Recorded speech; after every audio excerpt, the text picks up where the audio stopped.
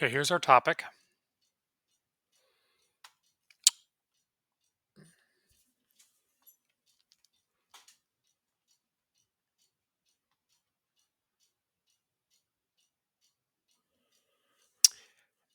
This is our objective, and you can think about this is when you know these two values, what's going to happen to what's our delta G going to be?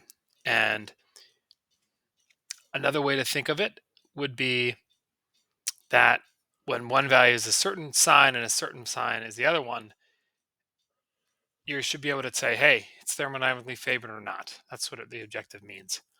All right. And I want to do some background stuff because you know a lot about the conditions already that favor things.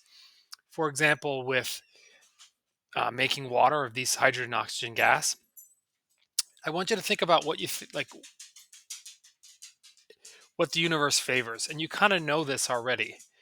The universe favors things of low energy, and they favor things being um, uh, mixed up in together. This on the left hand side has to do with the change in enthalpy, and the right hand side has to do with the change in entropy. Therefore, my Gibbs free energy is really dependent on both of these terms. When both of these terms add up to be negative, that's something that's thermodynamically favored. And when it's positive, it's the opposite. All right, it's not favored. The universe kind of doesn't want it to happen. It doesn't mean it can happen, but it just means it doesn't, the universe, it's not thermodynamically favored. All right. So if I want to answer this question, I have to look at their enthalpy and entropy values. This is the equation that's going to allow me to do it. All right. T here is for temperature.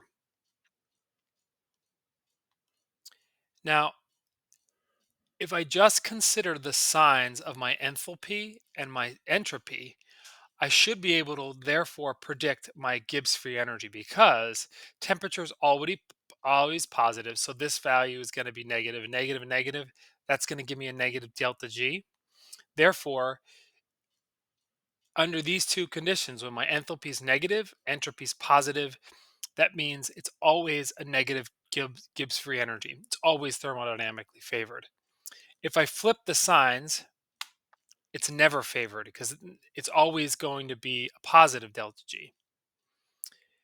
If I have two positive values, that could either generate a negative or a positive delta G. And at high temperatures, you can see as this number gets bigger, this number or this factor in this equation gets bigger and bigger and bigger. So the thermodynamically at higher temperatures, it gets favored. And the opposite is true. If I've got two negatives, that's going to favor this side, my enthalpy. All right. So it's thermodynamically favored at lower temperatures. This is another way you could think about it. If my enthalpy is less than zero, entropy is greater than zero, it's always going to be favored. If I flip them, all right, at no temperature is it going to be favored.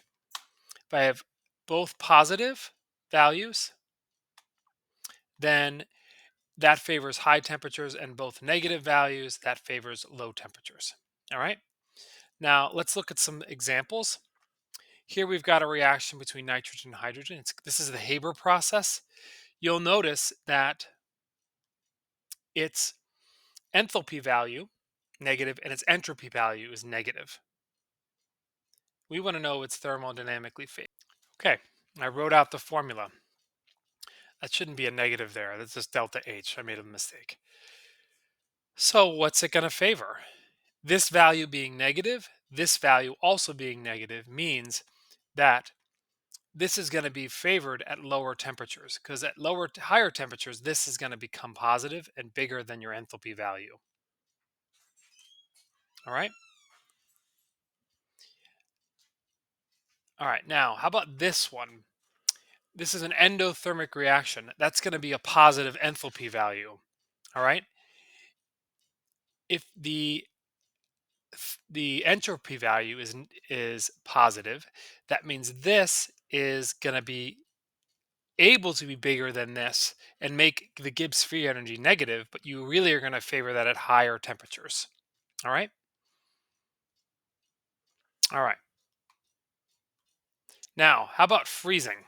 Water freezing. What does that favor? Well, we know freezing is an exothermic process. Therefore, that would mean it would tend to be a Gibbs free, and it would have a negative Gibbs free energy. However, when you freeze, you lose entropy. You have a negative entropy value because you're losing microstates. Therefore, my entropy is going to be negative. It's going to be lose entropy. Therefore, this favors lower temperatures. Water is going to freeze at lower temperatures. All right, there you go. Here are my sources. There, I got some of the jokes from there, and some of the examples from this source. All right, hope this helps. Let me know. Bye.